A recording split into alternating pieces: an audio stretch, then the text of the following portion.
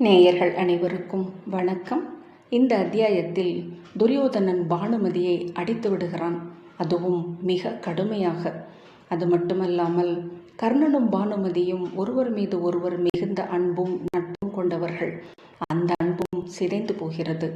துரியோதனனிடம் இருக்கும் பெரு வஞ்சத்திற்கான ஊற்றுக்கண் எது என்பதை பானுமதி கண்டுகொள்கிறாள்.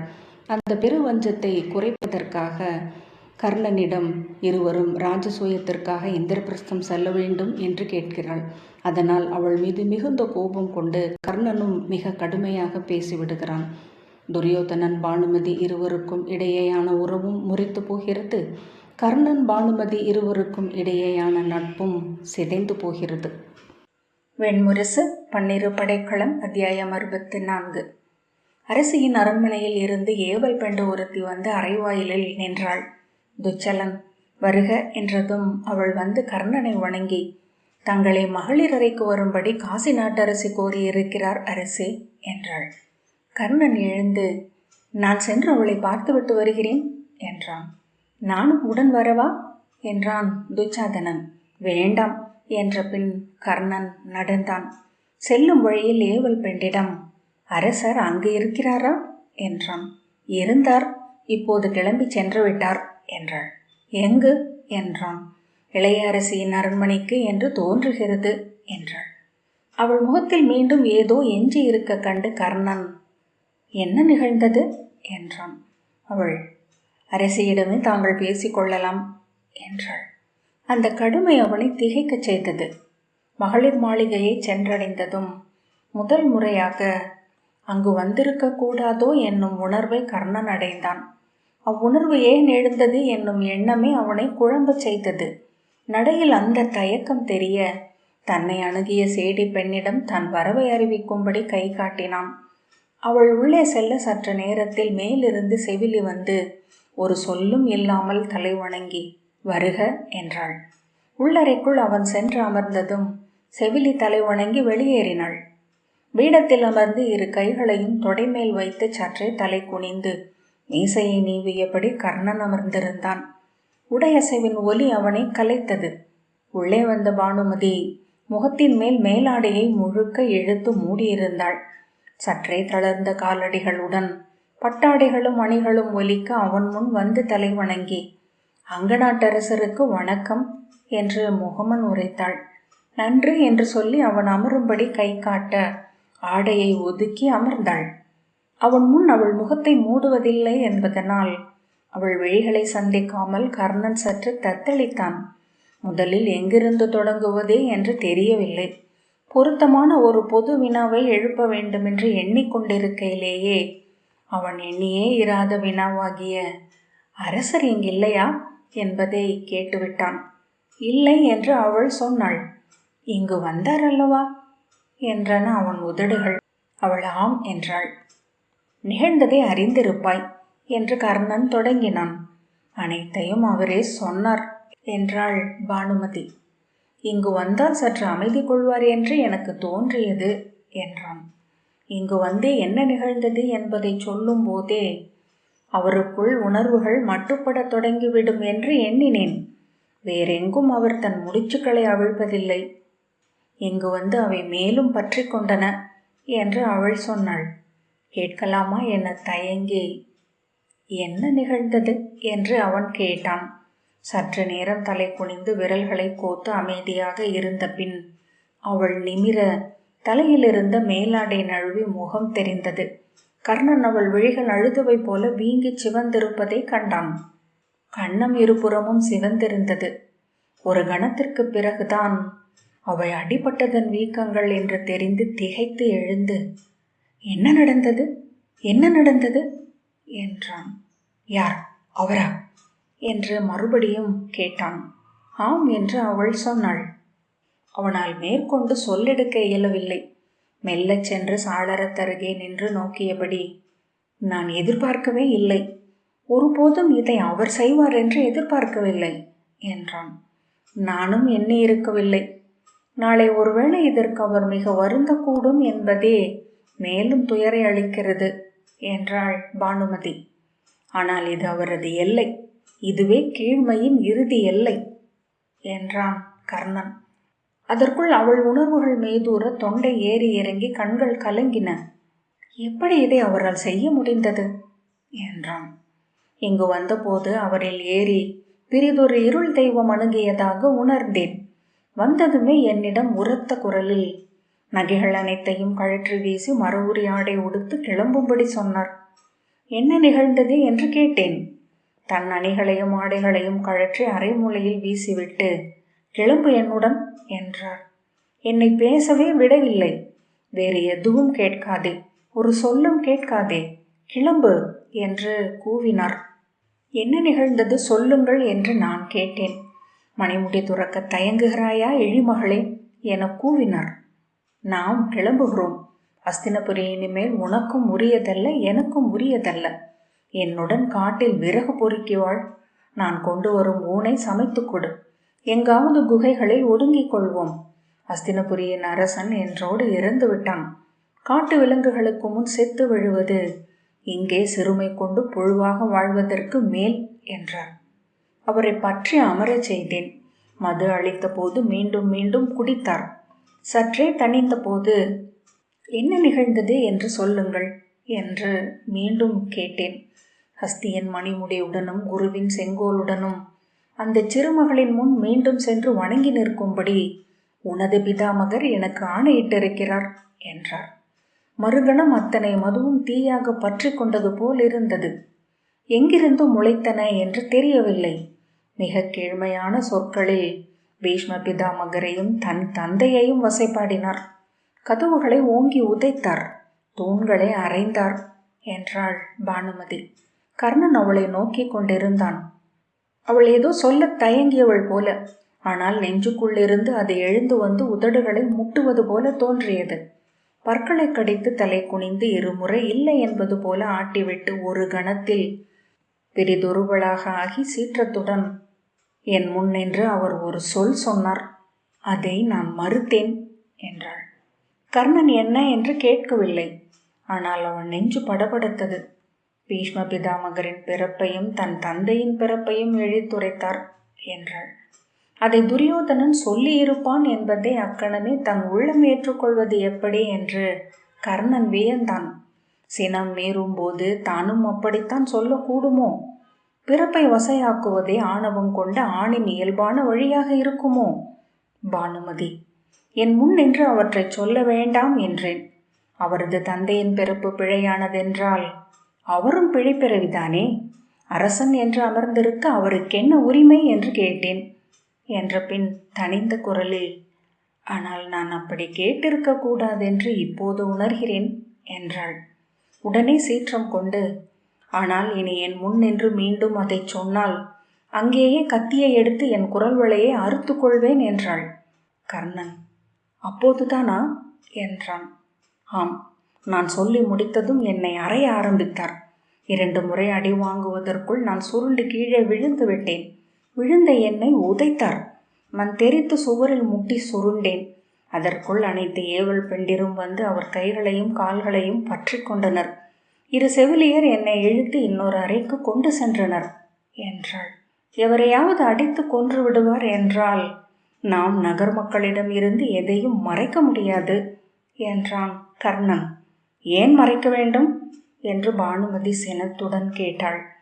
இவர் இப்படி இருப்பது தெரியட்டுமே அனைவருக்கும் என்றாள்.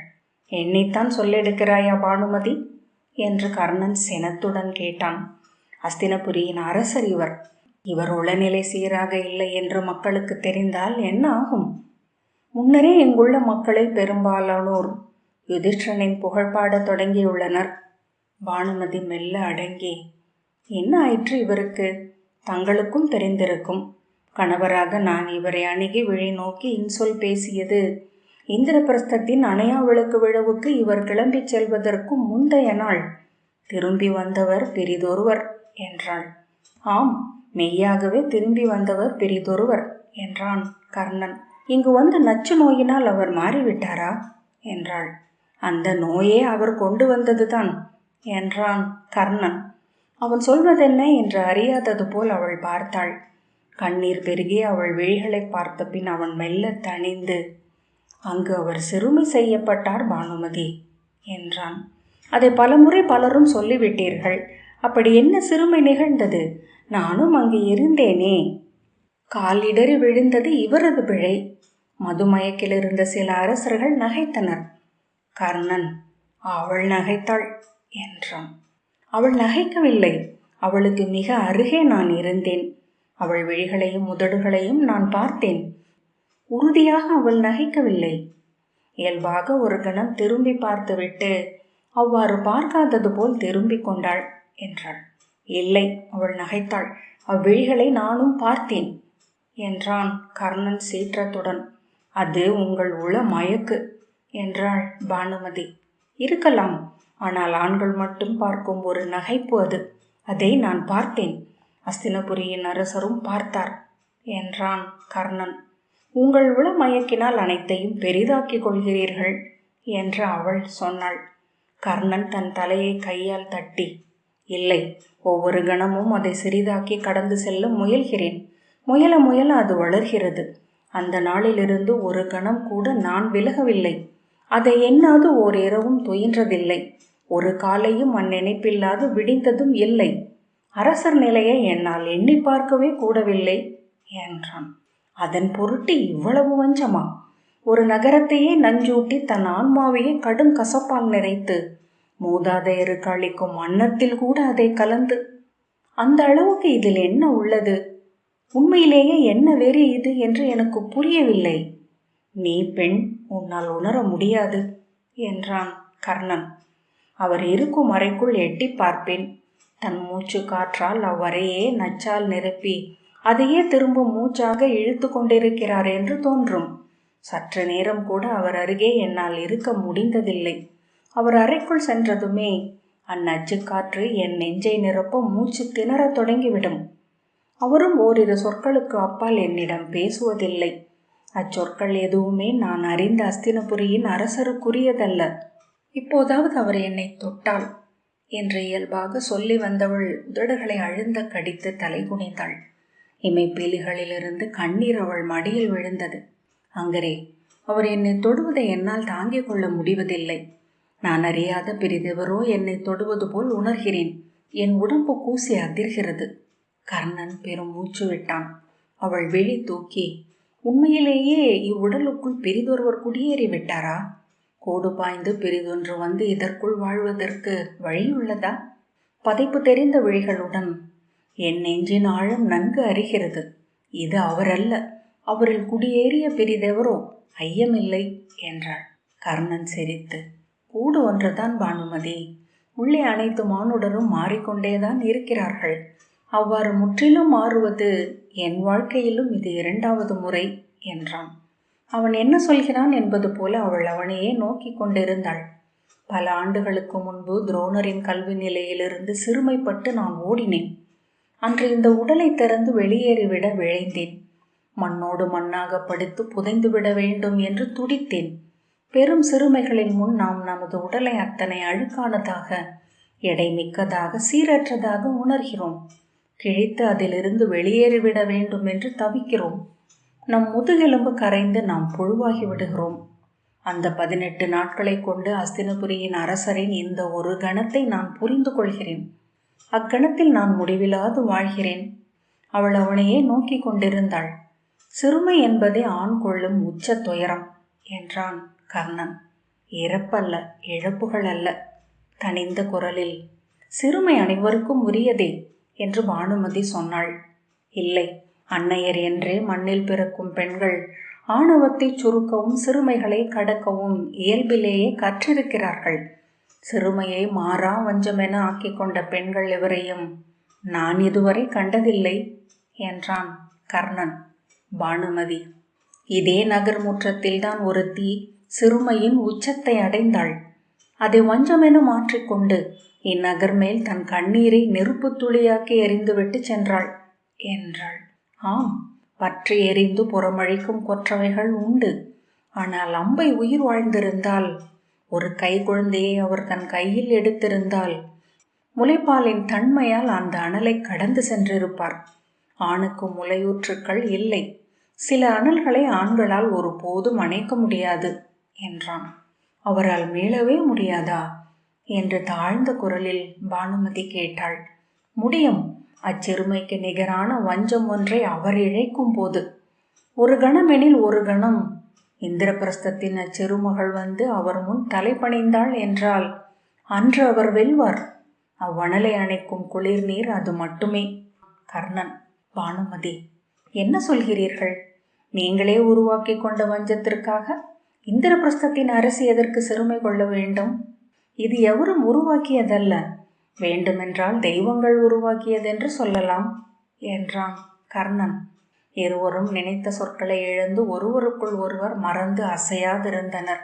தோட்டத்தில் தொலைவில் ஆடிய மரக்கிளை ஒன்றில் விழிநட்டு நின்றிருந்த கர்ணனை பானுமதியின் நீள் மூச்சு கலைத்தது. இங்கிருந்து அதே வெறியுடன் இறங்கி இளைய அரசியின் அரண்மனைக்கு சென்றார் என்றாள். நான் பார்க்கிறேன் என்றான் கர்ணன். உலுக்கப்பட்ட மரத்திலிருந்து பனித்துளிகள் கொட்டுவது போல ஒரு விசும்பலோசையுடன் பானுமதி அழத் தொடங்கினாள். அவன் ஒரு சொல்லுமின்றி அவளை பார்த்து கொண்டிருந்தான். பல முறை தன் அழுகையை அடக்க அவள் முயன்றாலும் அவள் உடலை மீறி அது வந்து கொண்டிருந்தது. கண்களை அழுந்த துடைத்து மூக்கையும் வாயையும் பொத்தி சின்ன விசும்பலுடன் மீண்டும் அழுகை பீரிட அதன் ஒழுக்கில் சென்றாள். மெல்ல அடங்கி நீள் மூச்சுடன் மீண்டாள். கண்களை அழுந்த துடைத்தபடி, அழக்கூடாது என்று எண்ணும் தோறும் அழுகை பெருகுகிறது என்றாள். ஆம், இச்சிறுமையை நீ கடந்து சென்றே ஆக வேண்டும் என்றான். சிறுமையா? என்ன சிறுமை என்று கண்களை சுருக்கியபடி பானுமதி கேட்டாள். அஸ்தினபுரியின் அரசர்களில் எவரும் பட்டத்தரசியை அறைந்திருக்க மாட்டார்கள் என்றான். அங்கரே, நான் அழுதது காசி நாட்டரசியாகிய என்னை அஸ்தினபுரியின் அரசர் அறைந்தார் என்பதற்காக அல்ல. இங்கு நான் வந்தபோது என் நெஞ்சை தகழியாக்கி ஏற்றி வைத்த சுடர் ஒன்று இருந்தது. நான் அறிந்த அரசரை முழுமையாக இழந்துவிட்டேன் என்று என் உள்ளம் சொல்கிறது. அவ்வாறல்ல, இது சில நாட்கள் நீடிக்கும் ஒரு வஞ்சம் மட்டுமே. நானும் இதை போன்ற வஞ்சங்களின் ஊடாக சென்றிருக்கிறேன். அவை மெல்ல அணைந்து குளிரும் என்றான். அழியுமா என்று அவள் கேட்டாள். அவன் ஒன்றும் சொல்லவில்லை. இவ்வஞ்சம் அனைத்தையும் சினமாக அன்றி வெறுப்பாகவோ காழ்ப்பாகவோ மாற்றி தனக்குள் கறந்து கொண்டிருந்தாலும் கூட அவர் நான் அறிந்த துரியோதனர் அல்ல. மணமுடித்து நான் வருகையில் நான் கண்ட அவ்வரசரை மீண்டும் பெறுவேன் என்று தோன்றவில்லை என்றாள். நான் என் மைந்தனை பெற்றது அந்த அரசரிடம்தான். இன்று உடலேறி நின்றிருக்கும் வஞ்ச தெய்வத்திற்கு அல்ல. அனைத்தும் மீளும். அதற்கு வழி உள்ளது. அதற்கென்றே என் உயிர். அதற்கப்பால் நான் சொல்ல ஒன்றுமில்லை என்றான் கர்ணன். மேலுமெனில் நன்று. ஆனால் இப்போது அழுது கொண்டிருக்கையில் என்னுள் ஒன்றை கண்டு கொண்டேன் என்றாள். என்ன என்றான் கர்ணன். நான் என் முழு உள்ளத்தாலும் விரும்பிய அந்த அரசரைத்தான் மைந்தனாக பெற்றிருக்கிறேன். அவரை இழந்தாலும் நான் விரும்பிய அந்த அரசர் என் மடியில் மைந்தனாக இருக்கிறார். அவன் காலடி தொடர்ந்து எஞ்சிய வாழ்நாளை நான் கடந்து விட முடியும் என்ற பின் அவள் எழுந்தாள். நான் உங்களை அழைத்தது ஒன்று சொல்வதற்காகவே என்றாள். கர்ணன் அவளை வெறுமனே நோக்கினான். அவரை நீங்கள் இந்திரபிரஸ்தத்திற்கு அழைத்து செல்ல வேண்டும் என்றாள். என்ன சொல்கிறாய் என்றான் கர்ணன். நீங்கள் அழைத்து சென்றாக வேண்டும். இது என் ஆணை. நீங்கள் என் தமையன் என்ற வகையில் இதை கூறுகிறேன் என்றாள். கர்ணன், நீ எண்ணி சொல்லவில்லை என்றான். அனைத்து சொற்களையும் எண்ணியே சொல்கிறேன். நீங்கள் அழைத்து சென்றாக வேண்டும். கர்ணன் உரக்க, அவன் அங்கு அடைந்த சிறுமையை நீ அறிவாயா? மீண்டும் ஒரு முறை என்று சொல்ல துவங்க அவள் கை நீட்டி தடுத்து, அது ஒரு சிறு தற்செயல். உங்கள் உளம் உறைந்த கசப்பால் அதை பெரிதுபடுத்திக் கொண்டீர்கள். இந்திரபிரஸ்தத்தின் அரசிக்கு நான் ஒரு ஓலை அனுப்புகிறேன். இவர் விழைவதென்ன? அவள் வந்து இவர் முன் முடி தாழ்த்த வேண்டும் என்பது தானே. அதை அவள் செய்வாள். பொறுத்தருளும்படி கோருவாள். அவையில் முதன்மையாக அமர்த்துவாள். போதுமல்லவா? கர்ணன் இல்லை என்பது போல தலை அசைத்தான். நான் கூறுகிறேன், என் சொல்லை அவள் தட்டமாட்டாள் என்றாள் பானுமதி. இனி இவரது அனல் அணைந்து பழையவராக மீளக்கூடும் என்றால் அதற்கு ஒரு வாய்ப்பு இது மட்டுமே. நீ உன்னால் அறிந்து கொள்ள முடியாதவற்றுடன் போரிட திட்டமிடுகிறாய். என் மேல் கருணை கூறுங்கள். எனக்கென இதை மட்டும் செய்யுங்கள்.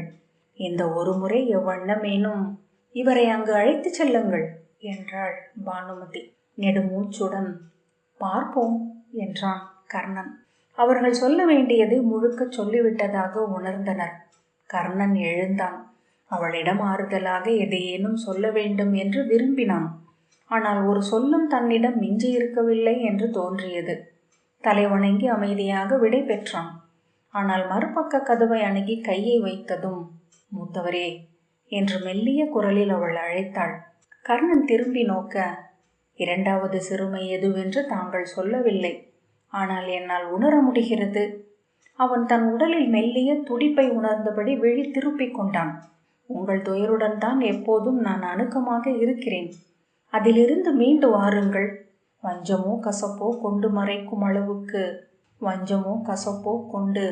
மறைக்கும் அளவுக்கு எளியதல்ல இவ்வாழ்க்கை. எண்ணி முடிப்பதற்குள் ஆண்டுகள் கடந்து போகும். முதுமை வந்து உங்களை மூடுகையில் இழந்தவற்றை எண்ணி ஏங்குவீர்கள் என்றால் அதுவே வாழ்வின் மிக பெரிய துயரமாகும் என்றாள். ஒரே சமயம் அவள் மேலே பேச வேண்டும் என்றும் அச்சொற்களை தான் கேட்கக்கூடாதென்றும் எப்படி தோன்றுகிறதென்று அவன் வியந்து நின்றான்.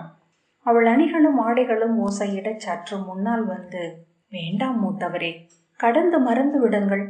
இவையெல்லாம் எளிமையானவை. ஓரடி எடுத்து வைத்தால் கடந்து விடக்கூடிய அளவுக்கு சிறியவை. கனவிலிருந்து விழித்து கொள்வதை போலத்தான் அது. நான் சொல்வதை கேளுங்கள். கர்ணன் ஒன்றும் சொல்லவில்லை. இம்முறை இந்திரபிரஸ்தத்திற்கு நீங்கள் செல்லும் போது அவளிடம் சென்று பேசுங்கள். கர்ணன் சீற்றத்துடன் திரும்பி, எவரிடம்? இந்திரபிரஸ்தத்தின் அரசியிடம். என்னிடம் பேசுவது போல் பேசுங்கள், விழிகளை பார்த்து. அவள் பேரரசி, நான் அஸ்தினபுரியின் சிற்றரசன் என்றான். அல்ல, ஒரு முறை அணுகி அவள் விழிகளை நீங்கள் பார்த்தீர்கள் என்றால் உங்கள் இரண்டாவது வஞ்சத்தின் இறுதி முள்ளும் அகன்று போகும் என்றாள். என்ன சொல்கிறாய்? அவளை நோக்காமலே கர்ணன் கேட்டான். நீங்கள் அறிவீர்கள் என்றாள். சரி என்றபடி அவன் கதவை திறந்தான். அவள் மேலும் ஓரடி வைத்து, நான் சொல்வதை புரிந்து கொள்ளுங்கள். அவளிடம் அணுகி விழி நோக்கி பேசுங்கள். ஒரு சொல் போதும். திடீரென்று தன்னை மீறிய சீற்றத்துடன் திரும்பிய கர்ணன், போதும், நீயே உருவாக்கி கொண்ட கீழ்மையை என்மேல் சுமத்த வேண்டியதில்லை என்று கூவினான். நான் என்ன சொல்கிறேன் என்று அவள் சொல்லத் தொடங்க, நீ ஒரு சொல்லும் சொல்ல வேண்டியதில்லை. உன் சொற்களை கேட்பதற்காக நான் இங்கு நிற்கவும் இல்லை. உன் கணவன் என் அரசன் என்பதனால் அவனை பற்றி பேசுவதற்காக இங்கு வந்தேன். எனது ஆழங்களை நீ கடந்து வர வேண்டியதில்லை. பின் எவர்தான் கடந்து வருவார்கள் என்று அவள் உரக்க கேட்டாள். அங்கே அங்க நாட்டில் உங்களுக்கு 2 அரசிகள் இருக்கிறார்கள். 2 மைந்தர்கள் பிறந்திருக்கிறார்கள். அங்கே நீங்கள் சில நாட்கள் கூட இருக்கவில்லை. அங்கிருந்த நாட்களிலும் அரசியரின் அந்தப்புறத்திற்கு மிகச் சில நாட்களே சென்றிருக்கிறீர்கள். 2 மைந்தரையும் தொட்டு தோள் தூக்கவில்லை, மார்பில் அணைக்கவில்லை. அங்கிருந்த போதெல்லாம் காட்டில் வேட்டையாடி கொண்டிருந்தீர்கள். இங்கு உங்களுக்கு அணுக்கமானவர் அரசர். அவரோ உங்களை முற்றிலும் புறக்கணித்து தன் உலகத்தில் இருக்கிறார். நானும் அணுகக்கூடாதென்றால் எவரும் கடந்து வராத இருட்டு அறையாகவா உங்கள் உள்ளத்தை வைத்திருக்கப் போகிறீர்கள்? ஒட்டடையும் தூசியும் படிந்து மூத்தவள் குடியிருக்கும் இல்லமாகவா? கர்ணன், ஆம், அது பாழடைந்து விட்டது. உனக்கென்ன? நான் உன்னிடம் வந்து கோரவில்லை, எனக்கு துணை கொடு, ஆறுதல் கொடு என்று. என் அரசி நீ, அரசனின் துணைவி நீ, அதற்கப்பால் ஏதுமில்லை என்றான். பானுமதி கன்னங்களில் குழி விழ விழி ஒளிர புன்னகைத்து, அரசரின் துணைவியை ஏன் ஒருமையில் அழைக்கிறீர்கள் என்றாள். அப்படியென்றால் இனி முறைமை சொல்லி அழைக்கிறேன். அரசி, பொறுத்தருளுங்கள். தங்கள் எல்லைகளுக்குள் தாங்கள் அமையுங்கள். இந்த சிற்றரசனிடம் எது பேச வேண்டும், எது பேசக்கூடாது என்று எண்ணிக்கொள்ளுங்கள். பானுமதி, அந்த எல்லையை நான் வகுத்து கொள்ளப் போவதில்லை. என்றும் என் மூத்தவராகவே உங்களை எண்ணுவேன். இறுதியாக ஒன்றை மட்டும் உங்களிடம் சொல்ல விரும்புகிறேன். உங்கள் வஞ்சத்தை அவர் மேல் ஏற்ற வேண்டாம். கர்ணன் சினத்துடன் அவளை நோக்க, அவள் ஒரு கணம் அவன் விழிகளை சந்தித்து விட்டு அறைக்குள் சென்றாள். உடல் முழுக்க சினத்துடன் அவன் திரும்பி வந்தான். ஒவ்வொரு அடிக்கும் அவள் சொன்ன இறுதிச் சொற்களிலிருந்து அவன் உள்ளம் மேலும் மேலும் சொற்களை உருவாக்கி எரிந்தது. திரும்பி துரியோதனனின் அரண்மனைக்கு செல்ல தோன்றவில்லை. காவலனிடம் புறவியை வாங்கி கொண்டு தன் அரண்மனைக்கு சென்றான்.